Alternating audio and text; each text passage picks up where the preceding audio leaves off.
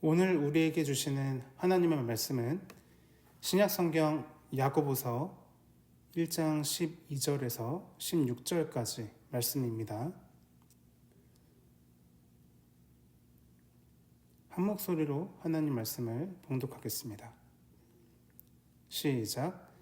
시험을 참는 자는 복이 있나니 이는 시련을 견디어낸 자가 주께서 자기를 사랑하는 자들에게 약속하신 생명의 면류관을 얻을 것이기 때문이라. 사람이 시험을 받을 때에 내가 하나님께 시험을 받는다 하지 말지니 하나님은 악에게 시험을 받지도 아니하시고 친히 아무도 시험하지 아니하시느니라.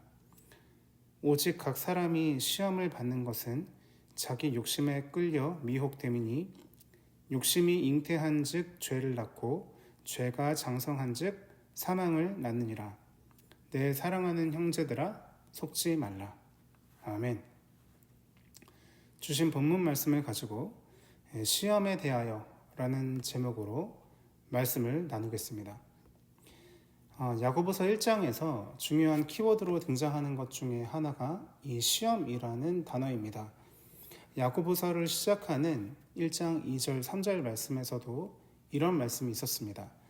내 형제들아 너희가 여러 가지 시험을 당하거든 온전히 기쁘게 여기라. 이는 너희 믿음의 시련이 인내를 만들어내는 줄 너희가 알미라. 아멘. 여러 가지 시험을 당하는 것에 대해서 말씀하고 있죠. 시험을 당할 때에 기뻐하라 라는 내용입니다. 그 이유는 시험, 곧 믿음의 시련이 인내를 만들어내기 때문이라는 말씀이죠. 우리 입장에서는 시험이 오는 것 자체가 반갑지 않은 일이고 시험이 원천적으로 차단되는 것을 소망하지만 성경의 권면은 좀 다릅니다. 시험이 오면 기뻐하라. 베드로 사도도 비슷한 말씀을 하고 있는데요. 베드로전서 4장 12절부터 13절에서 이렇게 말씀하고 있습니다.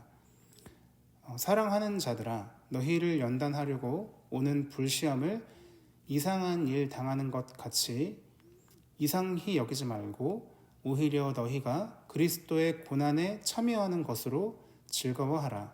이는 그의 영광을 나타내실 때에 너희로 즐거워하고 기뻐하게 하려 함이라. 아멘. 불시험이 오는 목적은 너희를 연단하는 것이다. 이렇게 말씀하고 있죠. 야고보서에서도 시험이 인내를 만들어낸다. 그러니 기쁘게 여기라. 베드로 사도도 불시험 당하는 것이 이상한 일이 아니다. 오히려 즐거워하라. 이렇게 권면하고 있습니다. 그러므로 우리는 시험을 당하는 일에 대해서 좀 열린 마음을 가질 필요가 있는 것이죠. 마치 오지 말아야 할 일이 나에게 온 것처럼 이상하게 받아들이지 말고 비 온 뒤에 땅이 굳어지듯이 믿음이 연단될 기회로 여겨서 기쁘게 감당해야 한다라는 것입니다. 특별히 본문에서는 이제 시험이라는 것에 대해서 신학적인 정립을 하고 있습니다. 본문 13절 말씀을 같이 읽어보겠습니다. 시작. 사람이 시험을 받을 때에 내가 하나님께 시험을 받는다 하지 말지니 하나님은 악에게 시험을 받지도 아니하시고 친히 아무도 시험하지 아니하시느니라. 아멘.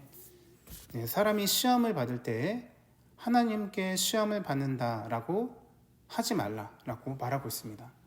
이게 무슨 의미입니까? 인간을 시험하는 주체는 하나님이 아니시다라는 것입니다. 하나님께서는 악에게 시험을 받지도 않으실 뿐만 아니라 친히 아무도 시험하지 않으시는 분이시라는 거죠. 하나님께서는 사람을 시험하지 않으십니다. 이것은 시험에 대해서 성경이 신학적으로 정립하는 말씀입니다. 본문은 몇 가지 근거를 들어서 설명하고 있습니다. 방금 읽었던 13절 말씀에서는 하나님의 존재 자체가 악에게 시험을 받거나 악을 실행하실 수 없기 때문이라고 밝히고 있습니다. 하나님께서는 악에 의해서 영향을 받으시거나 악한 결과물을 조장하실 수 없는 절대적으로 선하신 분이시기 때문에 하나님께서는 시험을 실행하시는 분이 아니라는 거죠. 우리는 보통 시험에 대해서 이렇게 여기기를 교회에서 자주 들어온 설명에 따르면 시험을 편리하게 테스트와 템테이션 이렇게 둘로 분리해서 테스트는 뭐 시험을 보는 거죠. 말 그대로 뭐 테스트하는 거죠. 템테이션은 유혹 이런 뜻입니다. 미혹 이런 뜻이죠. 그래서 테스트하는 시험은 하나님께서 하시지만 템테이션에 해당하는 시험은 하나님께서 하시지 않는다. 이런 식으로 이제 설명하는 얘기를 들었습니다. 그 상태가 어떤지 알아보기 위한 그 테스트에 해당하는 시험은 하나님이 하시지만 인간을 미혹시키고 죄에 이르게 하는 그런 시험은 안 하신다. 이렇게 분리를 하는 거거든요. 근데 이런 분류는 아주 단순하게 시험을 분류하는 것입니다. 사실 엄밀하게 시험을 이렇게 테스트와 템테이션 이렇게 구분하기는 쉽지 않습니다. 사실 인간이 도덕적으로 선택해야 하는 모든 순간이 말하자면 시험의 순간입니다. 예를 들어서 오늘 내가 잠에서 깨서 일어났을 때 일어난 그 순간 기도로 하루를 시작할 것인가? 그냥 시작할 것인가? 주일 아침 게으르게 늦잠 잘 것인가? 일찍 일어나 예배를 준비할 것인가? 하나하나가 다 시험의 순간이에요. 어디까지가 템테이션이고 어디까지가 테스팅인가? 이런 분류가 가능할까요? 그리고 더 중요하게는 성경적으로 지금 야고보서의 말씀은 어떤 의미를 가지고 있냐면 그 시험이 테스트이든 템테이션이든 어떠한 종류의 시험도 그 시험을 실행하시는 주체는 하나님이 아니시라고 말씀하고 있습니다. 보통 하나님께서 테스트는 하시고 템테이션은 하지 않으신다라고 말할 때 테스트에 대해서는 이렇게 말하죠.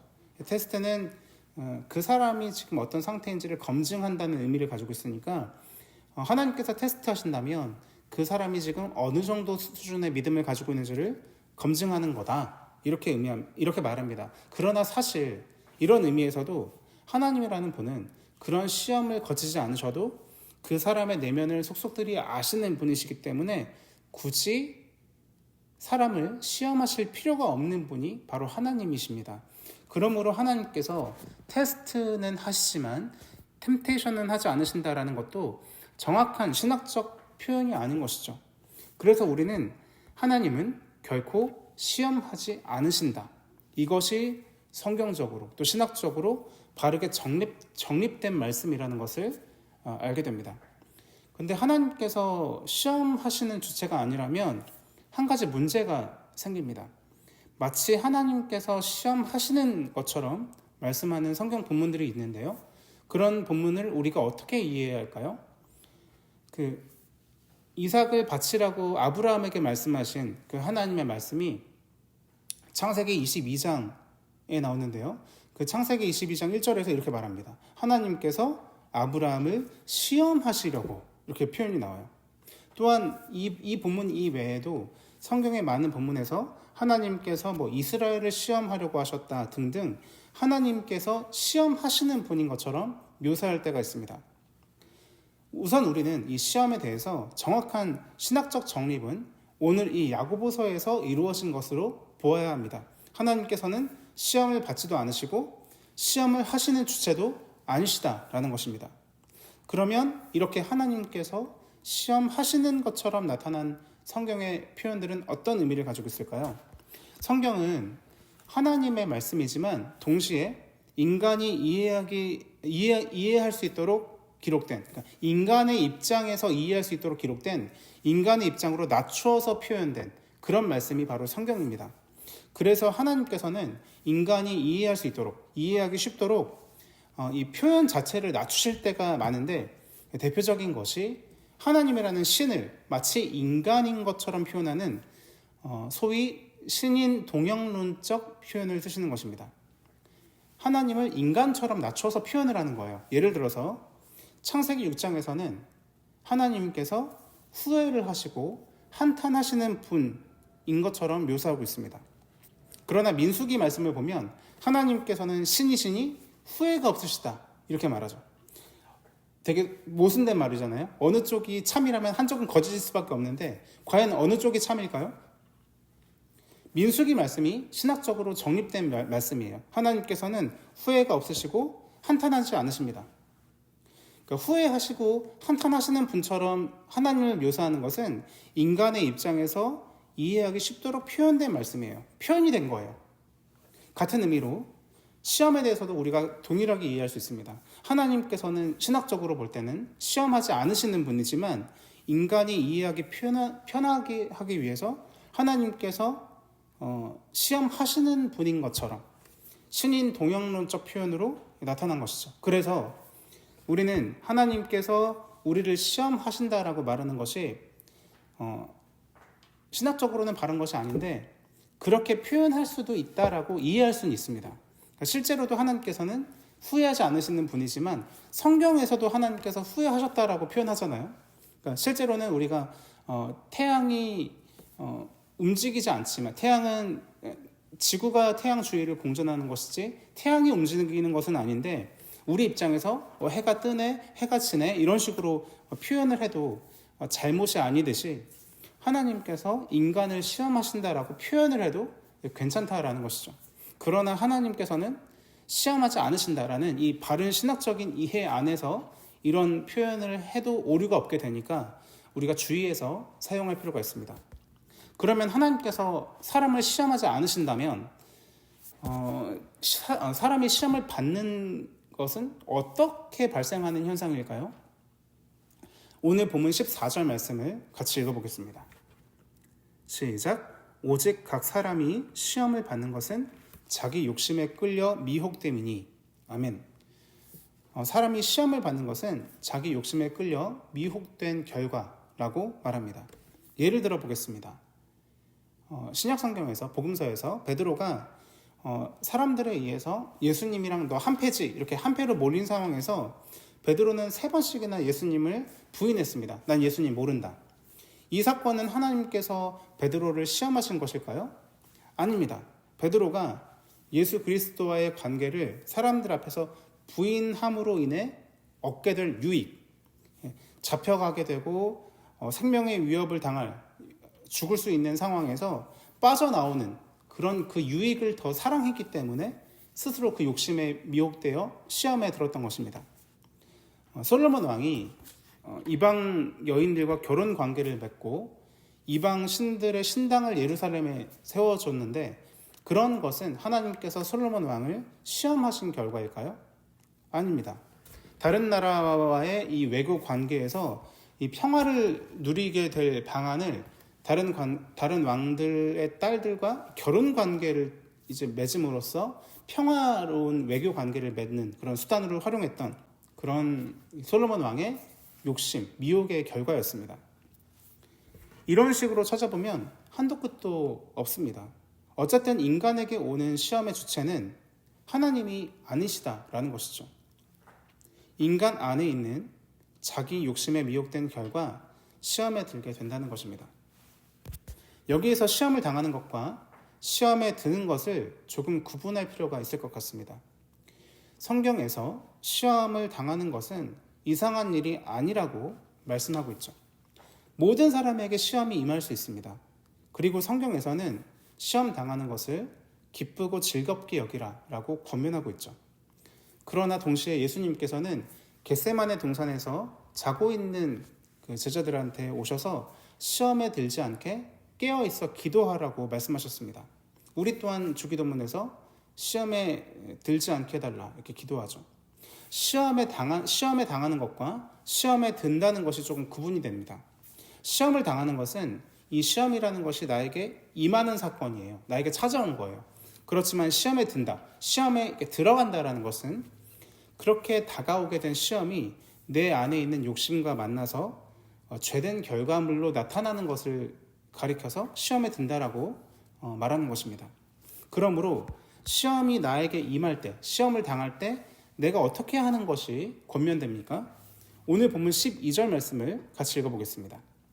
시작. 시험을 참는 자는 복이 있나니 이는 시련을 견디어낸 자가 주께서 자기를 사랑하는 자들에게 약속하신 생명의 면류관을 얻을 것이기 때문이라. 아멘. 시험을 참는 자가 복이 있다. 시련을 견디는 자가 생명의 면류관을 얻는다라고 말씀합니다. 내게 임한 시험을 참아내고 견디어낼 것이 권면되는 것이죠. 그렇게 해야지만 시험에 들어가지 않게 되기 때문입니다. 나에게 시험이 임하면, 내가 시험을 당하면 시험에 들어가지 않기 위해서 영적 전쟁을 치러내야 합니다. 게으름과 싸우고 정욕과 싸우고 미움과 싸우고 그때 다가오는 시험을 참고 견디어내야 시험에 들어가지 않게 되기 때문입니다. 사도 바울은 고린도전서 10장 13절에서 이런 말씀을 하고 있습니다. 같이 읽어보겠습니다. 사람이 감당할 시험 밖에는 너희가 당한 것이 없나니 오직 하나님은 미쁘사 너희가 감당하지 못할 시험 당함을 허락하지 아니하시고 시험 당할 즈음에 또한 피할 길을 내사 너희로 능히 감당하게 하시느니라. 아멘. 시험을 주시는 주체는 하나님이 아니시지만 하나님께서는 우리가 시험을 당할 때 그 시험을 감당할 만한 것이 되도록 역사하시고 허락하신다라고 말씀하고 있습니다. 이러한 사실은 우리로 하여금 시험에 담대하게 맞설 수 있는 용기를 주죠. 감당하지 못할 시험은 없다. 하나님의 은혜를 힘입어서 내게 온 시험을 이겨내자. 또한 시험에 대한 이러한 사실은 우리로 하여금 핑계하지 못하게 만들기도 합니다. 시험이 오고 시련이 올 때 이 시험은 하나님이 주시는 거니까 내가 이 시험에 들어갈 수밖에 없다. 이런 식으로 내가 참고 견디고 감당하지 못하는 것에 대한 핑계를 하나님께 돌릴 수 없다라는 거죠. 시험은 하나님께로부터 말미암는 것이 아니라 내 욕심에 내가 미혹된 결과이기 때문입니다. 본문 12절에서는 이 시험을 참고 견디는 자에게 복이 있다라고 말씀하고 있습니다. 생명의 면류관을 얻을 자들은 오직 시험을 참고 견디어낸 자들이라는 것이죠. 그러니 시험이 찾아올 때 시험에 들지 않도록 참고 견디고 기도하는 것이 얼마나 중요한지를 우리가 알 수 있습니다. 그러니 시험에 들지 않게, 시험에 들게 하지 마옵시고 라고 우리에게 기도를 가르쳐 주신 것도 하나님이시죠. 시험에 든다는 것은 곧 내 속에 있는 욕심에 내가 지는 것입니다. 본문 15절에서 말씀하시는 것처럼 내 속에 있는 욕심이 잉태하면 죄를 낳게 되고 죄가 장성하게 되면 사망을 낳게 됩니다. 시험에 들지 않도록 내게 시시때때로 닥쳐오는 이 시험을 분별하고 그 시험에 참고 견디고 말씀과 기도로 이겨내는, 그래서 시험을 견딘 자들에게 주어지는 생명의 면류관을 누리는 저와 여러분들 모두가 되시기를 예수님의 이름으로 간절히 축원드립니다. 함께 기도하겠습니다. 살아계신 아버지 하나님 감사드립니다. 오늘 이 시험에 대한 말씀을 우리에게 허락하여 주셔서 감사합니다. 그동안 시험을 너무 편의롭게 대함으로써 마치 하나님이라는 분이 우리 인간에게 시험을 주시는 분인 것처럼 우리가 오해하고 있지 않았는지 우리의 이 성경 이해와 진리에 대한 깨달음을 좀 돌아보길 원합니다.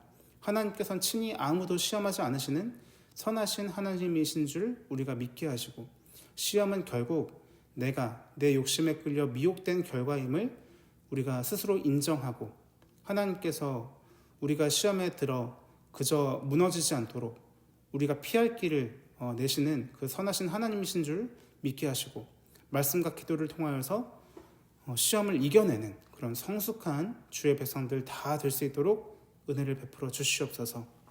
하나님 아버지, 우리 교회에 주신 이 비전과 사역들을 놓고 기도합니다. 하나님 아버지께서 우리 교회의 모든 성도들이 하나님께서 허락하신 비전을 함께 공유하며 또한 꿈꾸고 기도함으로 나가는 그런 공동체가 되게 하여 주시옵소서. 3월부터 시작되는 가스펠 아카데미 가운데 많은 성도들이 함께 참여해서 복음을 배우고 또 사역을 배우고 또 삶의 지혜와 또 은사들을 함께 나누는 그런 귀한 역사가 나타나게 하여 주시옵소서. 그리하여서 영적으로 자라가고 하나님께서 저희들을 사용하시고 우리가 정말 섬기고 일꾼으로서 쓰임받는 그런 일들에 더욱더 온전해질 수 있도록 역사하여 주시옵소서. 빛과 소금 역할을 감당하며 하나님의 몸된 교회를 세워가며 또한 이 지역 가운데 하나님께서 우리 교회를 세우신 목적을 이뤄가는 그런 우리 가락 성산교회가 되게 하여 주시옵소서. 하나님 아버지, 여전히 힘들고 어려운, 경제적으로도 어렵고 또 영적으로도 곤고한 시절을 지나고 있습니다. 하나님께서 하나님을 의지하는 자들에게 도울 힘을 주시고 이겨낼 수 있는 능력을 허락하여 주시옵소서. 또한 아픔 당하고 전 세계적으로도 정말 어렵고 힘든 일들이 일어나고 있는데 하나님께서 그 아프고 어려운 일들을 당한 지역 가운데 위로하여 주시고 하나님의 뜻을 발견하게 하시고 하나님의 섭리하심이 어디 있는지를 우리가 분별하면서 하나님의 도우심을 간구하고 또 도울 손길을 보내줄 수 있는 그런 성숙된 성도들이 되게 하여 주시옵소서.